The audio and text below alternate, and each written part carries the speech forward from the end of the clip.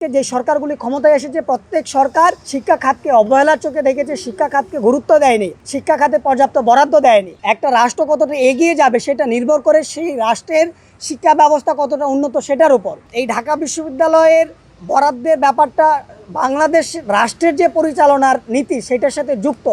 আমরা দেখি যে বারবার সরকার বদলায়, কিন্তু সরকার বদলানোর পরেও বিশ্ববিদ্যালয় সম্পর্কে সরকারের যে দৃষ্টিভঙ্গি এবং শিক্ষা সম্পর্কে যে রাষ্ট্রের যে দৃষ্টিভঙ্গি, সেই দৃষ্টিভঙ্গির কিন্তু কোনো পরিবর্তন হয় না।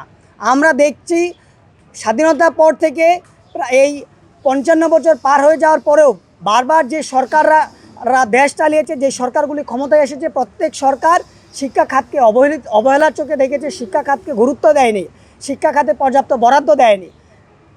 ইউনেস্কো সহ যে সকল প্রতিষ্ঠানগুলি শিক্ষা নিয়ে গবেষণা করে তাদের পরামর্শ হচ্ছে, সুপারিশ হচ্ছে শিক্ষা খাতে ন্যূনতম জিডিপি 4 থেকে 6% বরাদ্দ দিতে হবে। কিন্তু আমরা দেখলাম কিছুদিন আগে আমাদের যে জাতীয় বাজেট হলো, সেই জাতীয় বাজেটে শিক্ষা খাতে বরাদ্দ দেওয়া হলো মাত্র 2%। অর্থাৎ ঢাকা বিশ্ববিদ্যালয়ের বাজেট কিন্তু রাষ্ট্রীয় বাজেটের সাথে যুক্ত। রাষ্ট্রীয় বাজেট যতটুকু দেওয়া হয় সেইটার ক্ষেত্রে শিক্ষা খাতে কম, এবং সেইখানে ঢাকা বিশ্ববিদ্যালয়কে খুবই অল্প পরিমাণ বরাদ্দ দেওয়া হয়। আপনারা জানেন যে ঢাকা বিশ্ববিদ্যালয় প্রশাসন 1400 কোটি টাকা বরাদ্দ তারা প্রত্যাশা করে ইউজিসির কাছে, সেখানে মাত্র 1033 কোটি টাকা দেয়া হয়।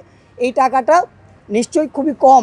দেখেন একটা রাষ্ট্র কতটা উন্নত হবে, একটা রাষ্ট্র কতটা এগিয়ে যাবে সেটা নির্ভর করে সেই রাষ্ট্রের শিক্ষা ব্যবস্থা কতটা উন্নত সেটার উপর, এবং সেই দেশের শিক্ষা ব্যবস্থা কীরকম হবে সেটা নির্ভর করে একটা বিশ্ববিদ্যালয়ের, সেই দেশে যে বিশ্ববিদ্যালয়গুলি আছে সেই বিশ্ববিদ্যালয়গুলির যে চিত্র সেটার উপর।